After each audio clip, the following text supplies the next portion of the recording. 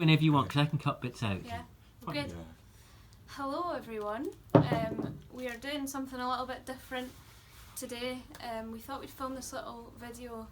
This is the start of something. There might be more. We'll see where it goes. So you might recognise these two wonderful faces beside me. I've got Harvey and Ali. So as you know, in clans we usually have a bit of time where we'll talk about different things. Might be faith things, might be other things. And I'm sure you're all aware, or you'll have seen on social media and things, starting in America and moving over to the UK, there's been a lot of talk about race issues and important things that are related to that. So it's something that we believe is relevant everywhere. It's not just over in other countries, so we're going to speak a little bit about that today. But it's more a chance for us just to listen to other people such as Ali and Harvey here. So these guys are going to just have a little chat and we're going to listen in, hear what they have to say. So I'm going to move out and let's hear what they've got to say. Yeah. Yeah, so as Rebecca said, we're gonna start like sort of talking about this whole differences, this whole things that's going on. I mean, we've got issues right now. It's the pandemic going. We've got this racial thing going around the country and everywhere in the world. So what we've suggested is that this session is gonna be going for, in parts, So our aim is to maybe invite you guys to come up with your questions, because the main thing that personally I think we should be introducing to young people is information. We should sort of educate each other about cultural difference, because at the end of the day, the color of your skin shouldn't really be a matter. It's we are all humans in the eyes of God. So you wanna pause? Yeah, go for it. As you were. Right. As we were saying, so we need to sort of come together and talk, discuss this and see really where, how we could have a common ground, and we listen to you guys, maybe if you got any questions, you wanna talk about stuff, and myself too, I'll be sharing my experiences, as I might say, I'm from South Africa myself originally, so I'll share with you experiences from South Africa, and the fact that we all watch the news and we hear information and everything. Those are the things I'll gather the information with that as well, and then we can answer your questions and then can talk about that. So we're thinking in the next session, I'll just briefly talk about South Africa, especially my personal experience from my growing up and until I'm in Dundee, of course. So yeah, and then we'll do a group session, and then we can invite you all guys, and then you can maybe pose questions, and then there's a lot to learn. We'll educate each other, or we'll talk about cultures, and then maybe in future we can also invite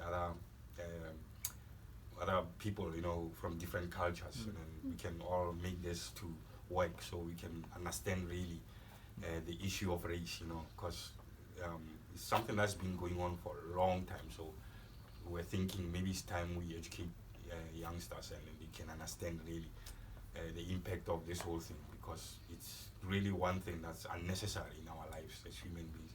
We should all be together, we should be as one. So I hope this will be a help and understanding for everybody to know where we stand as human race. So yeah, I look forward to that. Go for it. Yeah. Yeah, okay. So talking about stories, and it's I think just want to listen to people's experiences. Yeah. So do you want to tell us about what it was like for you growing up in South Africa? Yeah, it's well, like I say, I grew up in South Africa, it's a quite a history that I've got. We used to have things called, well, places called homelands in South Africa. So South Africa itself used to be a very apartheid sort of based country. On my bringing up, apartheid was really, really sort of raw. And most people, my parents really, were the ones who felt it more than our generation. It was quite hard when it comes to equality and and racial balance. But what happened as time went by, on the era of our, like when we were born and all, we had sort of protests. People were protesting against this whole thing. Exactly what's going on now with this racial protests. It was. South Africa has been with this protest from as much as I can remember. There was this major one that happened in June the 16th of 1976. It was quite, and it's a big one. It's still remembered even today. It's an Independence Day in South Africa. So what happened then? The students were revolting against the medium of instruction of the education. So the system wanted to teach all the subject using Afrikaans. So the students were having none of it. So they started marching on the streets, and the police came out and just shot a lot of them. And it was a bloody day actually, very, very, very, very sad day. And then as time went around, beginning late 70s, they formed what they called homelands then. So because South Africa, is different culture. It's about like over 12 languages spoken over there. So they had homelands, and they will have the Botswana on a certain province, and they will have the Sothos on a province. They will have the Xhosas, the Zulus. So everybody was having their own homelands.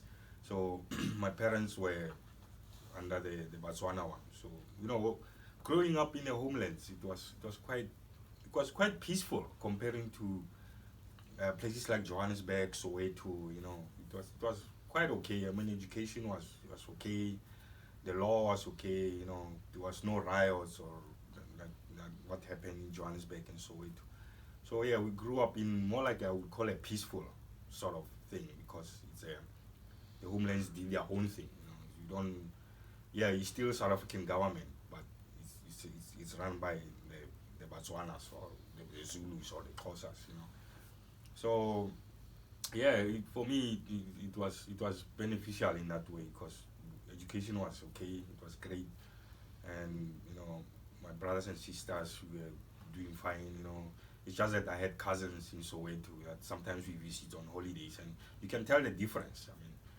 And when it comes to meeting white people, sometimes you'll spend like a year not seeing another person with a different skin as yours, and sometimes when you see them, it's I wouldn't say it's weird, but it's just something that it's like when you're in Scotland, you see someone like me walking on the street, you've got to look, because you see someone who is different from you.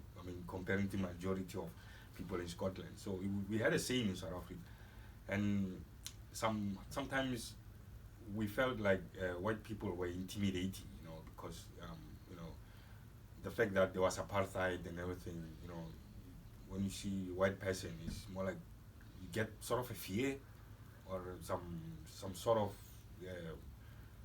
tension, or it was just not right. And then I remember when I went to boarding school, to my high school, the teachers over there were white folk, and it was it was quite different, I'll tell you. But you tend to get used to the fact that yes, there's this tension between white people and black people. It was just something that we tend to just keep going, and just get used to it. Get used to the fact that a black person and a white person are not the same. It's like other one is there, other one is down there, and that causes fear actually, and sadness at the same time, because one thing you ask yourself, what's wrong with me? Why am I being looked differently? Why why am I not supposed to be doing same things as the other person? The only difference is my skin, you know. And you know, when you learn about things like slavery and you know the past of African people, it just shows you that you know sometimes to be black is just something I would call a sin, maybe you know, to other eyes, you know, and you really shouldn't. And honestly, it's a very very sad thing, and that's why I'm thinking, you know, we should start educating children. I mean, youngsters and our children as well as parents. You know that you know people from different cultures, different skins. You know, it's not necessarily mean you got to look them differently. You know, instead you can learn a lot from someone who's from another country. Like for instance, you know, I volunteered here to come and talk to you guys about South Africa.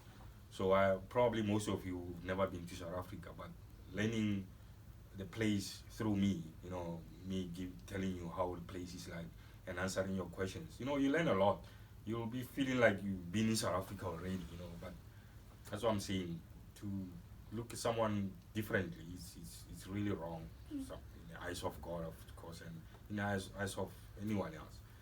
So, you know, I'm thinking we should just all of us get along and you know be as one, just as we are supposed to, you know, be natural as human beings. So, you know, even coming to Scotland, it's a different world, but it's just good being around here. So you used a word there, which might some people Apartheid. don't know. That's the That one. apartheid, yeah. Do you want to explain? that? Yeah, you know, apartheid is, you know, it's you know, there's a Afrikaans way of saying it. It's called apartheid. You know, basically apartheid is just literally two words. It's apart and hide. You know, so apartheid really is segregation. You know, it's like showing like apart something that's apart from another one, and it's also different at the same time. You know, it's like that that notion and a feeling of inequality and difference. You know, that's a common word they use in South Africa, and basically it's what we see every day with racism. You know, you look at someone, you know, the fact that they're Africans and probably you are another like European or you are white skin or you are, you know, it's a literally it's a word that shows like it's a there's inequality. That's another word for racism really. So like I say, South Africa has had this for a long time. You know, like I say, my parents and my parents' parents actually. That's where it started.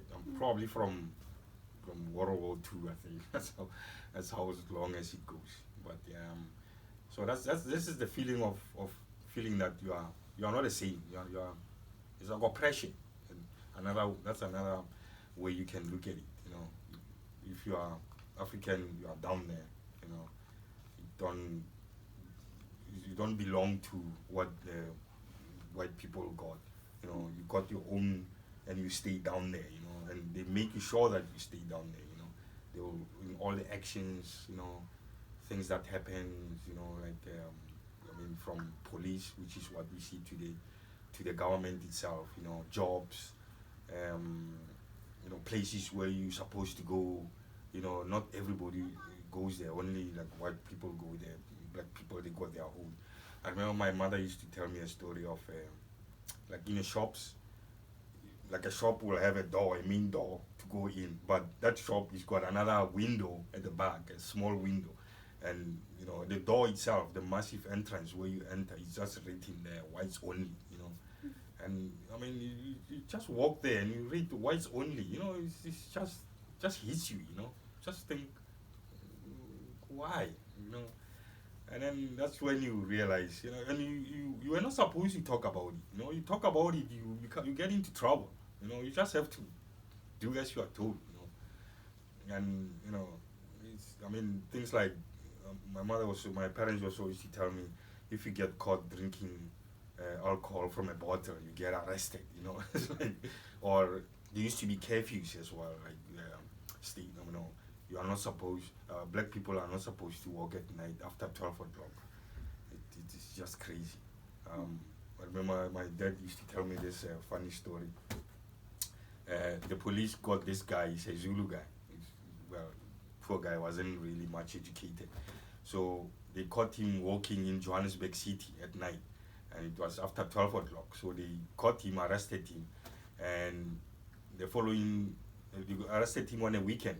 So on Monday he appeared in court, and the judge asked him, "Dude, why do you have to show yourself at 12 o'clock?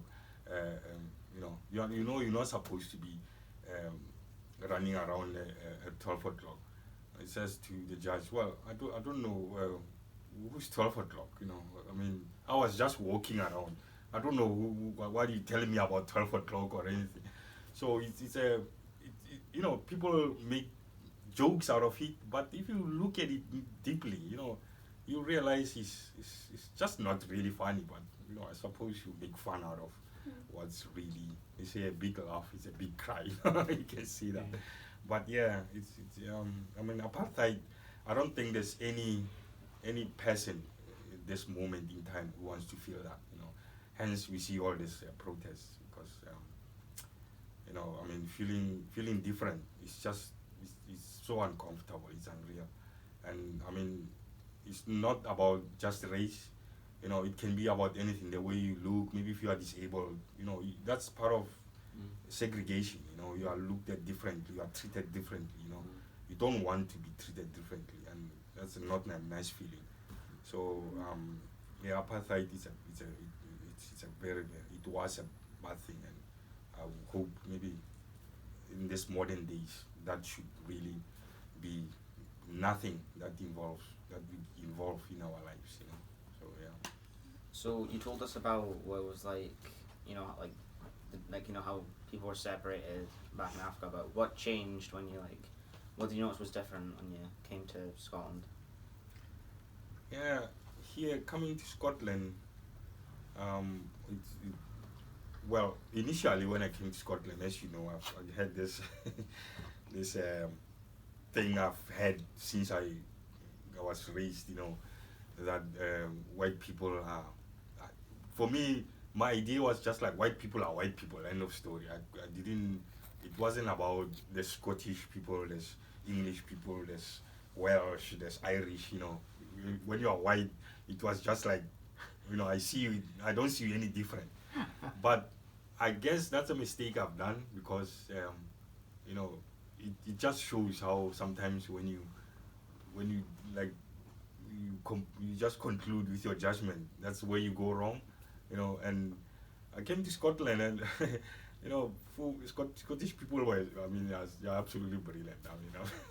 I can't say much because when we came up here, my mother used to be a nurse here, so she came up here 2001, and when she went home for holiday, I came back with her, and she was already used to the culture in Scotland.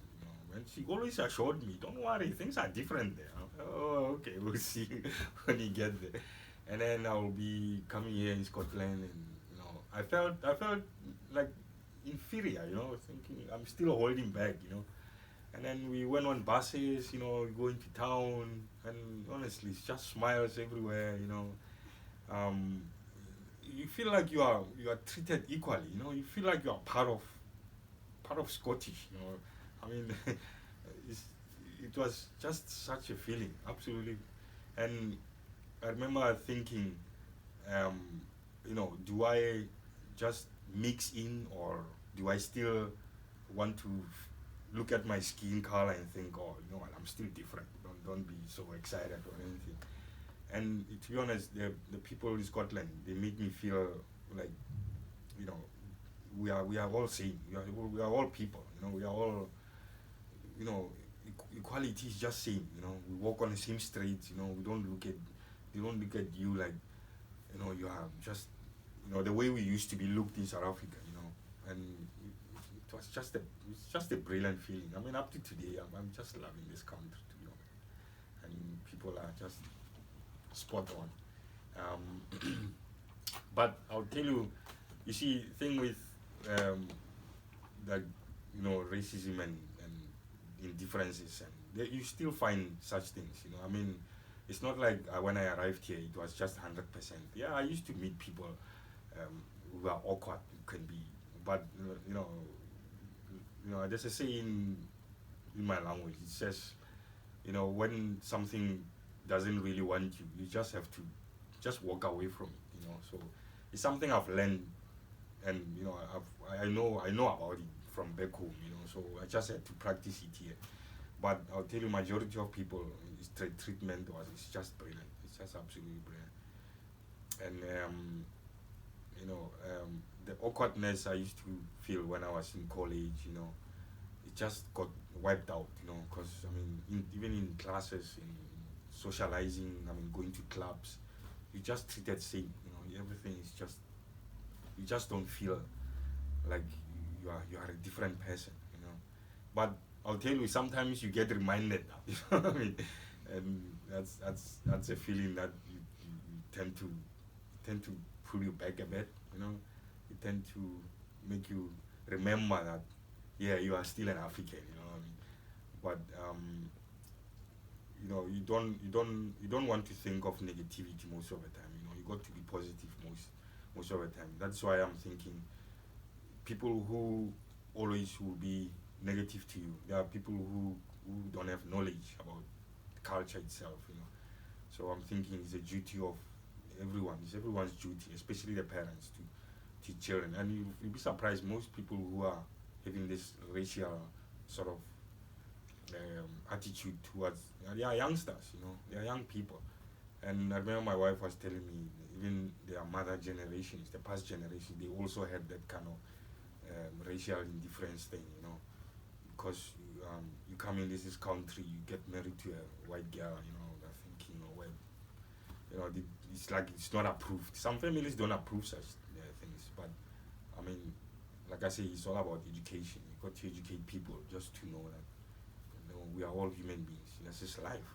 This is our planet. There's only one planet. You can. It's not like I can fly to Mars or stay in Mars or or I'm from Mars or something. No, it's one world. It's one culture. It's one. I mean, different cultures, one world. For everyone. And I mean, the love should just be one love. It's all that there is.